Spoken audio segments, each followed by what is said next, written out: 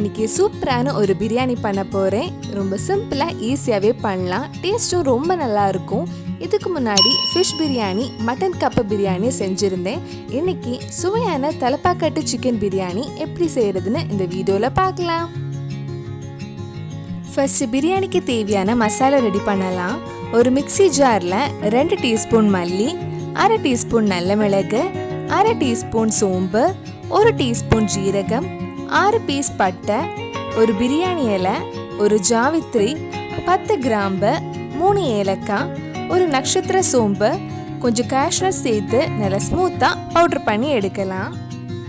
இது கூட கொஞ்சம் கல்பாசியும் சேர்த்து அரைச்சா இன்னும் டேஸ்ட் ரொம்ப நல்லா இருக்கும். என்கிட்ட இல்லாதனால நான் போடலை. உங்களுக்கு கல்பாசி கிடைச்சா கண்டிப்பாக அதுவும் இந்த மசாலா கூட சேர்த்து இந்த மாதிரி நல்லா பவுடர் பண்ணி எடுத்துக்கோங்க.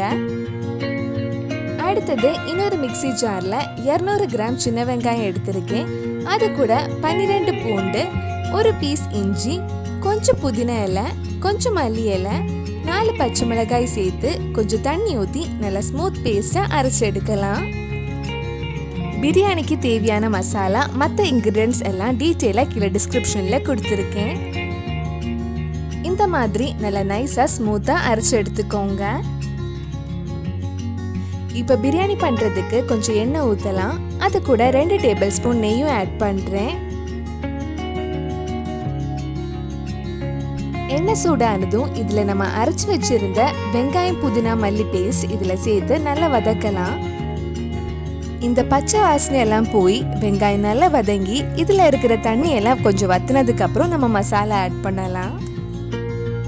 இப்போ இதில் நம்ம பவுடர் பண்ணி வச்சிருக்கிற மசாலா போட்டு அது கூட 1/2 டீஸ்பூன் மஞ்சள் பொடி, 1 டீஸ்பூன் மிளகாய் பொடி சேர்த்து அந்த பச்சை வாசனை போகிற வரைக்கும் கொஞ்சம் நேரம் வதக்கலாம். இது கூட 1 teaspoon Kashmiri chilli powder add பண்ணால் பிரியாணிக்கு நல்ல கலர் கிடைக்கும். இந்த பிரியாணி பண்ணுறப்ப வீட்டில் காஷ்மீரி பவுடர் காலி ஆயிடுச்சு, அதனால ஆட் பண்ணலை. நீங்கள் பண்ணுறப்ப கொஞ்சம் போட்டால் பிரியாணி நல்ல கலராக இருக்கும். மிளகாய் பொடி, மஞ்சள் பொடி பச்சை வாசனை போனதுக்கு அப்புறம் இதில் 4 டேபிள் ஸ்பூன் தயிர் ஆட் பண்ணி நல்லா மிக்ஸ் பண்ணலாம். நல்லா மிக்ஸ் பண்ணதுக்கு அப்புறம் இதில் சிக்கன் ஆட் பண்ண போகிறேன். நான் இன்னைக்கு பிரியாணி பண்ணுறதுக்கு 1/2 கிலோ சிக்கன் எடுத்திருக்கேன்.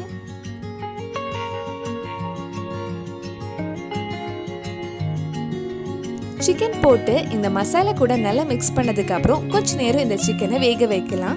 இதில் தேவையான அளவு உப்பு போட்டுக்கோங்க. இதுக்கு முன்னாடி நம்ம சேனலில் பண்ண ஃபிஷ் பிரியாணி, மட்டன் கப்ப பிரியாணி ரெசிபி நீங்கள் இன்னும் பார்க்கலைன்னா அதோட லிங்க் கீழே டிஸ்கிரிப்ஷனில் இருக்குது. மறக்காமல் அந்த வீடியோவும் போய் பாருங்கள். இதெல்லாம் சேர்த்து நல்லா மிக்ஸ் பண்ணதுக்கப்புறம் கரெக்டாக 1 கப் தண்ணி ஊற்றி லோ ஃப்ளேமில் 10 நிமிஷம் சிக்கனை வேக வைக்கலாம்.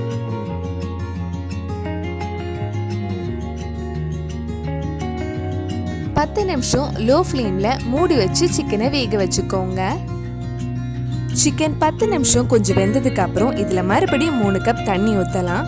நான் இன்னைக்கு பிரியாணி பண்ணுறதுக்கு 2 கப் அரிசி எடுத்திருக்கேன். 1 கப் அரிசிக்கு 2 கப் தண்ணி தேவைப்படும். நான் இன்னைக்கு 2 கப் அரிசி எடுத்திருக்கனால 4 கப் தண்ணி வேணும். ஃபர்ஸ்ட் 1 கப் தண்ணி நம்ம சிக்கன் வேக வைக்கும்போது ஆட் பண்ணியிருந்தோம். இப்போ பேலன்ஸ் 3 கப் தண்ணி ஊற்றி நல்லா மிக்ஸ் பண்ணலாம். இப்போ இதில் கொஞ்சம் லெமன் ஜூஸும் புதினா இலையும் ஆட் பண்ணுறேன்.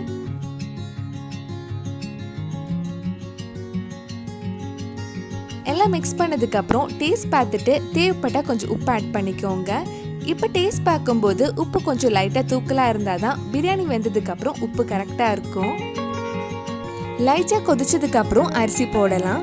நான் 2 கப் ஜீரக சம்பா அரிசி 15 நிமிஷம் தண்ணியில் நல்லா ஊற வச்சதுக்கு அப்புறம் வேக வைக்க போகிறேன். அரிசி போட்டு ஒரு வாட்டி நல்லா மிக்ஸ் பண்ணதுக்கு அப்புறம் மூடி வச்சு கரெக்டாக ஒரு 20 நிமிஷம் லோ ஃப்ளேமில் வச்சுருங்க. பிரியாணி சூப்பராக ரெடி ஆகிடும். மூடி வச்சதுக்கு அப்புறம் வெயிட் ஏதாவது அதுக்கு மேலே வச்சிருங்க. ஃபர்ஸ்ட் டைம் பிரியாணி பண்ணுறவங்களா இருந்தால் குக்கரில் வைக்க லைட்டாக பயப்படுவாங்க. பிரியாணி குழஞ்சி போயிடுமோ இல்லை அடி பிடிச்சிருமோன்னு. அந்த மாதிரி ஃபர்ஸ்ட் டைம் பண்ணுறவங்க குக்கரில் வைக்காமல் இந்த மாதிரி மூடி வச்சு பிரியாணி ரெடி பண்ணுங்க. உங்களுக்கு அடி பிடிச்சிருமோ குழஞ்சிருமோன்னு டவுட் இருந்தால் நடுவில் கொஞ்சம் ஓப்பன் பண்ணி கிண்டி விட்டுக்கலாம். இப்படி பண்ணுறப்ப 15 நிமிஷம் அப்படியே லோ ஃப்ளேமில் இருக்கட்டும்.